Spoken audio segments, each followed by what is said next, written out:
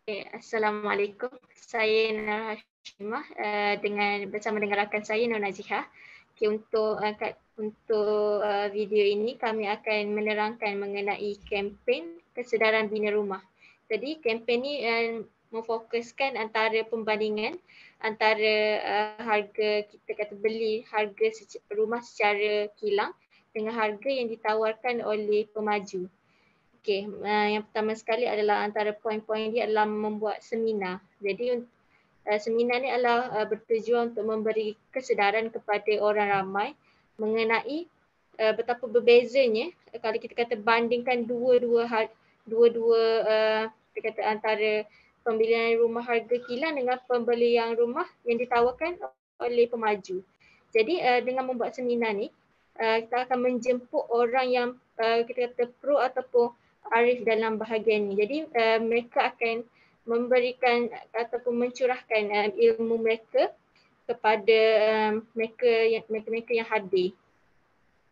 Okay, selain itu adalah mengiklankan dalam media sosial seperti Facebook, Instagram, TikTok dan media sosial yang lain. Jadi dengan cara ni generasi sekarang mereka lebih tertarik menggunakan media sosial seperti ini. Jadi kita mengambil peluang untuk menarik minat mereka dan memberikan kita kata kesedaran untuk mereka membuat pilihan yang lebih bijak pada masa akan datang. Daripada mereka laburkan duit mereka kepada pemaju tanah, lebih baik mereka habiskan duit mereka tu untuk membeli rumah yang mampu milik dalam kita kata bajet mereka lagi. Jadi mereka tidak perlu menanggung hutang yang terlalu banyak pada masa depan.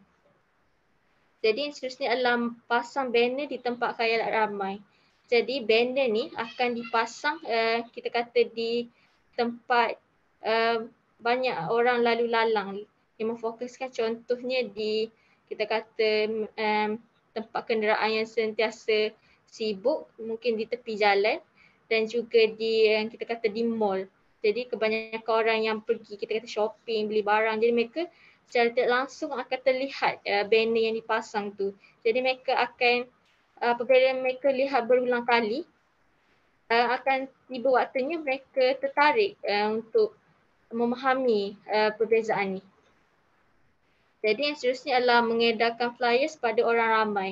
Jadi untuk pengedaran ni kita memfokuskan kepada mereka yang bekerja di sektor kerajaan dan juga sektor awam. Jadi kalau kita faham sektor kerajaan mereka mempunyai kelebihan yang tersendiri. Jadi mungkin dari segi sektor awam mereka akan lebih tertarik untuk mengetahui lebih lanjut antara kedua-dua perbezaan ni.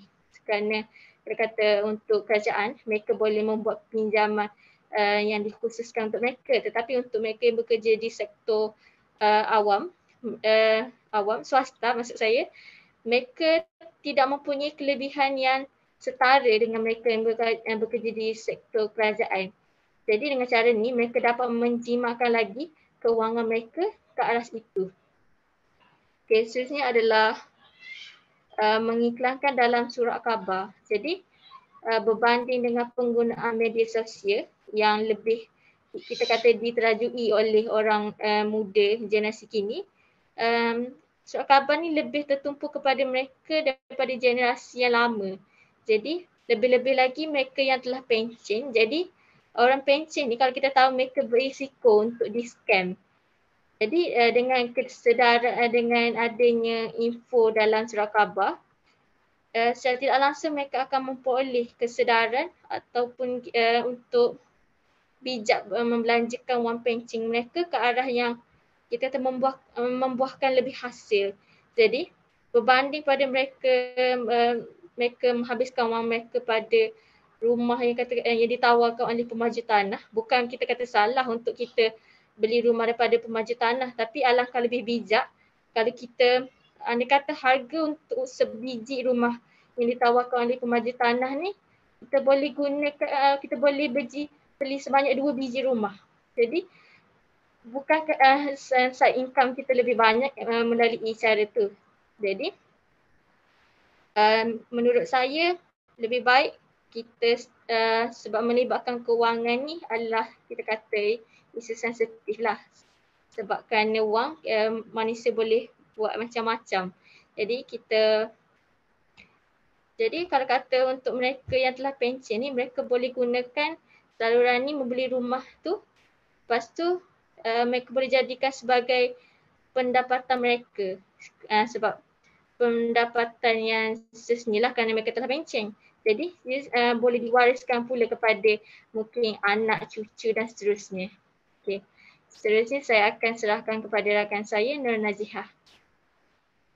Jadi yang seterusnya, cara untuk kita sebarkan lagi hal berkaitan kos harga bahan mentah dengan kos dari pemaju ni dengan menulis blog berkaitan realiti pembelian rumah masa kini. So dengan menulis blog, kita dapat meningkatkan pengetahuan seseorang yang dengan lebih mendalam tentang isu ini, dan juga blog ni seperti yang kita dapat tahu, ia platform yang mudah untuk diakses kerana ia percuma dan kita boleh klik je mana-mana blog untuk kita baca. So, jadi kita ni sebagai seorang blogger, jadi kita boleh tulis je mengenai apa-apa isu, jadi ramai yang boleh tengok. Dan juga kita boleh share link blog kita dekat mana-mana social media, jadi lebih ramai yang mengetahui tentang isu kos bahan mentah dan juga kos yang ditawarkan oleh para pemaju. Dan juga yang kedua ialah dengan mengadakan kempen mengenai pembelian rumah secara percuma. Seperti yang saya cakap, dengan secara percuma. Jadi masyarakat yang nak ke kempen ni tidak perlulah mengeluarkan kos untuk bayar untuk mengetahui tentang ilmu, pengetahuan tentang kos bahan mentah dan juga rumah yang ditawarkan oleh para pemaju. Dengan kempen ini juga kita dapat meningkatkan pengetahuan masyarakat tentang perbezaan harga rumah yang ditawarkan oleh pemaju dengan harga rumah yang boleh kita dapatkan dengan secara kilang, iaitu dengan kos bahan mentah yang lebih murah lah. Dan yang seterusnya adalah dengan mengadakan borang survey. Dengan mengadakan edaran borang survey, kita tertumpu pada masyarakat yang bersektor awam, yang berkaki tangan awam, ataupun sektor yang berbadan uniform lah. Seperti sektor awam, seperti pendidikan, kesihatan yang berbadan uniform seperti PDRM dan sebagainya lah. Kerana kita dapat tahu sektor awam ni dia mempunyai kelebihan yang tersendiri, iaitu dengan menerima pinjaman LPPSA dan mampu untuk mendapatkan kos bahan mentah yang lebih rendah daripada kos rumah yang ditawarkan oleh pemaju. Lebih baiklah kepada mereka untuk membuat rumah sendiri dengan menggunakan kos bahan mentah yang lebih rendah daripada membeli rumah daripada pemaju yang ditawarkan dengan harga yang lebih tinggi. Dan juga membuat website melalui website Canva. Seperti yang kita tahu, platform Canva ni ia secara percuma ada, secara berbayar pun ada, tapi ia lebih ramai orang guna dan tidak perlulah untuk membeli website itu. Kita boleh menggunakan website itu secara percuma. Dan disebabkan website ini ia ramai orang guna, jadi kita senang untuk menyebar ilmu tentang kos bahan mentah ini dan kos yang ditawarkan oleh para pemaju. Dan juga yang seterusnya adalah dengan mengadakan kolaborasi dengan rukun tetangga kampung.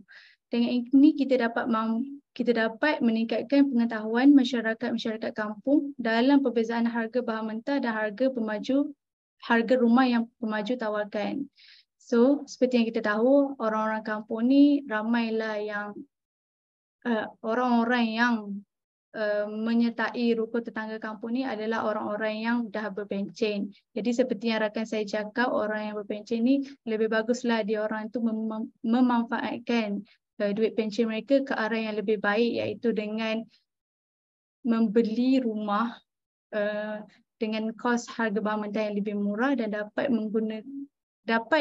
membuat dapat membuat income Dapat. daripada rumah Mm-mm. mereka itu seperti menyewa ke ataupun membuat homestay ke. So masa pencen tu diorang tu still dapat buat income macam tu. Dan itu sahaja daripada kami. Terima kasih.